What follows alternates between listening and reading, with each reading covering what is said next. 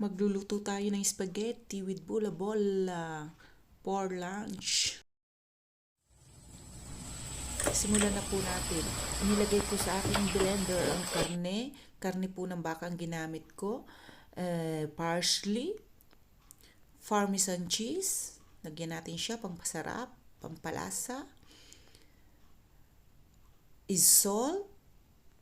Ayan, lagyan natin ng salt. Black pepper, siyempre hindi mawawala lagi yan sa ating pagluluto. At nilagyan ko siya ng 3 eggs. Ayan.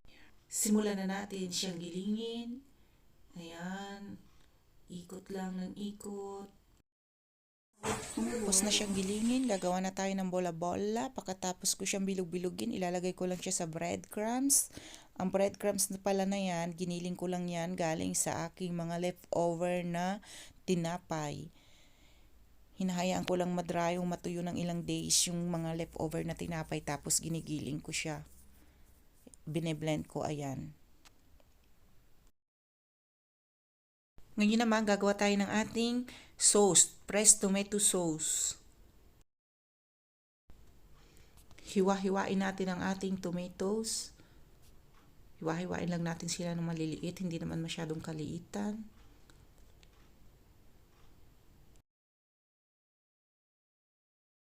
Nang hiwain ang ating mga kamatis, magigisa ako ng bawang at olive oil ang ginagamit ko sa pagluluto. Lalagyan ko rin siya ng basil para sa pampabango at pampalasa na rin. Saka ko ilalagay ang ating mga hiniwa-hiwang kamatis.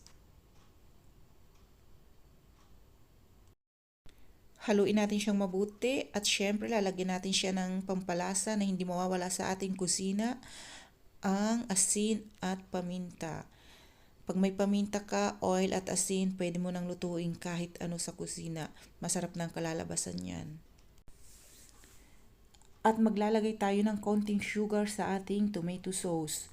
Lagi ako naglalagay ng sugar, ng konting sugar kapag gumagamit ako ng tomato sauce.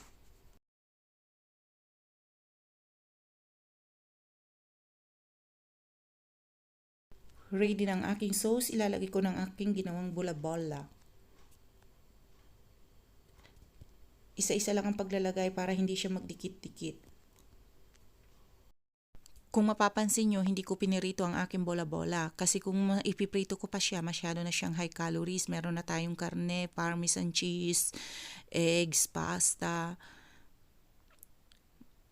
Hindi masyadong mabigat sa tiyan kapag hindi siya fried. Pero mas masarap kung pinirito siya.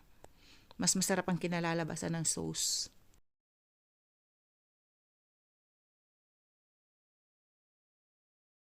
Hahayaan ko lang siyang kumulo hanggang sa lumambot ang bola-bola. Kung masyado naman siyang dry, lalagyan ko siya ng konting tubig. Ayan, nilagyan ko siya ng konting tubig kasi nag-dry siya. Nilagay ko ng spaghetti, hindi ko na pinakita sa inyo kung paano magluto ng spaghetti. Alam niyo naman kung paano magluto ng spaghetti. Pinapakulo muna ang tubig, kapag kumukulo na siya, lalagyan mo na ng asin at ilalagay mo na rin ang spaghetti o anumang uri ng pasta. Depende na sa pasta kung ilang minutes nyo lulutuin o pakukuluan. Depende sa texture, kung anong texture ang gusto nyo. Al dente, yung al dente, medyo matigas-tigas pa siya. O mas gusto nyo rin na mas luto pa siya. Pakuluan nyo na lang ng mas matagal ng ilang minuto. Ready to serve na ang ating spaghetti with bola-bola.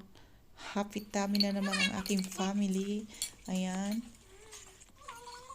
Ang sasaya na naman ng aking family. Ayan si Bunso, pahirapan kumain.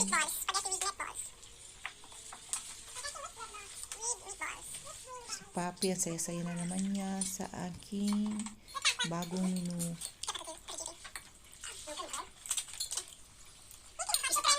Mga haggard sila, galing silang mag-swimming. Happy tummy! Sana may natutunan kayong bagong recipe para sa inyong pamilya mula sa akin sa araw na ito. Bye-bye!